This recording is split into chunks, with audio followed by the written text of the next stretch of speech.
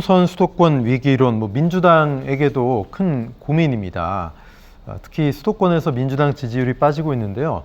이렇게 민심이 빠지고 이탈하고 있는 이유가 있겠습니다만 민주당 역시 중도 표심을 잃고 있다, 손 놓고 있다. 지금 김대현 평론가 말씀대로 그건 방증이 아닐까 싶은데 어떻게 보세요? 민주당도 이 위기에 대해서 좀 다른 혁신안을 내놓을 수 있을까요? 오늘 나왔습니다만 어떻게 보십니까? 지금 김은경 혁신위가 네네. 민주당의 이제 혁신을 주도한다라고 돼 있습니다만 사실 김은경 혁신위가 대한민국 국민들에게 민주당의 올바른 혁신 방향을 제시할 거라는 그런 믿음을 주고 있는가? 그렇지는 않은 것 같습니다. 결국 무신분립이라고 해서 신뢰를 얻지 못하면 아무리 올바른 얘기, 올바른 방향을 제시한다 할지라도 그게 먹혀들지 않는 겁니다. 지금 민주당은 사실은 여러 가지 리스크 요인이 있습니다만 거기에 하나 더해서 이른바 혁신의 리스크, 김은경 리스크까지 더해져 있는 상황 아니겠습니까? 그래서 지금 민주당이 아무리 뚜렷한 혁신안을 내놓는다 하더라도 그것이 국민적인 반향을 일으키긴 좀 어려울 것이다.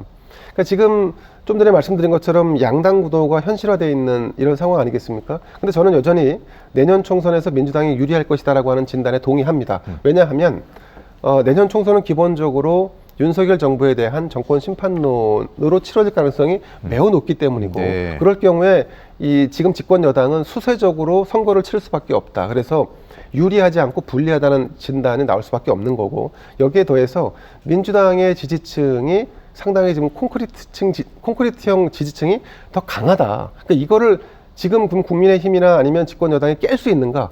깨기 위한 시도가 이를테면 여러 가지가 있는데 그중에 하나가 이재명 당대표에 대한 사법 리스크를 집중적으로 공략하는 겁니다. 근데 이 공략 포인트가 지난 대선과 그리고 지방선거에서 일정 부분 효과를 발휘했을지는 모르겠습니다. 그런데 국정에 대한 3년 차에 들어간 이 정부에 대한 평가가 과연 이재명 리스크로 다시 한번 묻힐 수 있을까? 저는 거기에 대해서는 동의하지 않습니다. 그러니까 어느 정당이든 20%의 중도층의 입맛에 맞는 정책과 방향을 설정하는 것이 중요한데 저는 이 20%는 결국은 나중에는 이제 한 반반 정도로 갈려서 나뉘게 될 거고 어느 정당이 더 두터운 지지층을 확보하고 있는가에 대한 현대 시점에서의 판단, 그 점에 있어서는 민주당이 더 강하다. 그래서 민주당의 혁신을 바라보고 민주당의 혁신을 요구하는 이런 모양새가 이재명 당대표로 인해서 굉장히 거세 보이지만 반대로 보면 집권하고 있는 윤석열 정부와 국민의힘의 혁신은 과연 진행되고 있는가?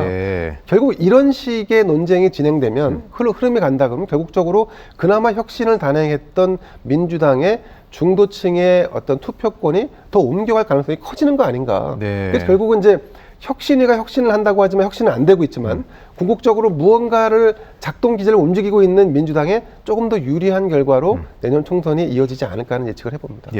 근데 당대표가 정면 돌파하고 리더십을 좀 발휘해야 되는 거 아니냐. 하지만 그런 상황이 딱히 안 되는 것도 지금 민주당의 뼈아픈 현실인데요. 당장 17일 검찰 조사를 받죠. 그런데 옥중 공천 이런 이야기가 민주당 의원한테 나왔습니다. 비명계 이원욱 의원인데요. 이재명 비명계를 학살하고 싶은 마음일 거다. 옥중 공천이라도 하겠다는 얘기들 이재명의 진심 어린 생각일 것. 이재명 대표가 한 이야기는 아니고 측근이 한 이야기도 아닙니다. 박 교수님, 저런 이야기가 벌써 나오고 있는데 총선 승리 위해서 이재명 대표가 어떤 선택을 해야 된다고 보세요? 정답은 나와 있습니다. 야당이 총선에서 이기려면 두 가지가 필요하죠. 하나는 국민 피부에 와닿는 정책을 내놓는 겁니다. 2006년도에 뉴타운 바람이 불었고 2012년도에는 무상급식 바람이 불었습니다. 이런 것들이 나온다면 야당이 선거에서 승리할 수 있겠죠. 하지만 이거 내놓는 게 쉬운 게 아닙니다. 두 번째, 여당과 정부에 대한 실망감이 굉장히 높은 상황입니다.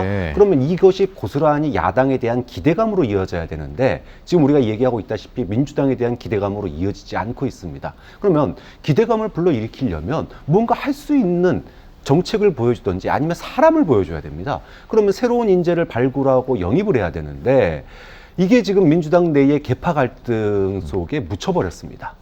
만약에 인재를 영입해서 발굴하려면 물갈이를 해야 되는데 자칫하다가는 계파 갈등으로 당이 쪼개질 수도 있는 상황이 돼요. 그럼 결국은 이것도 쉽지가 않은 겁니다.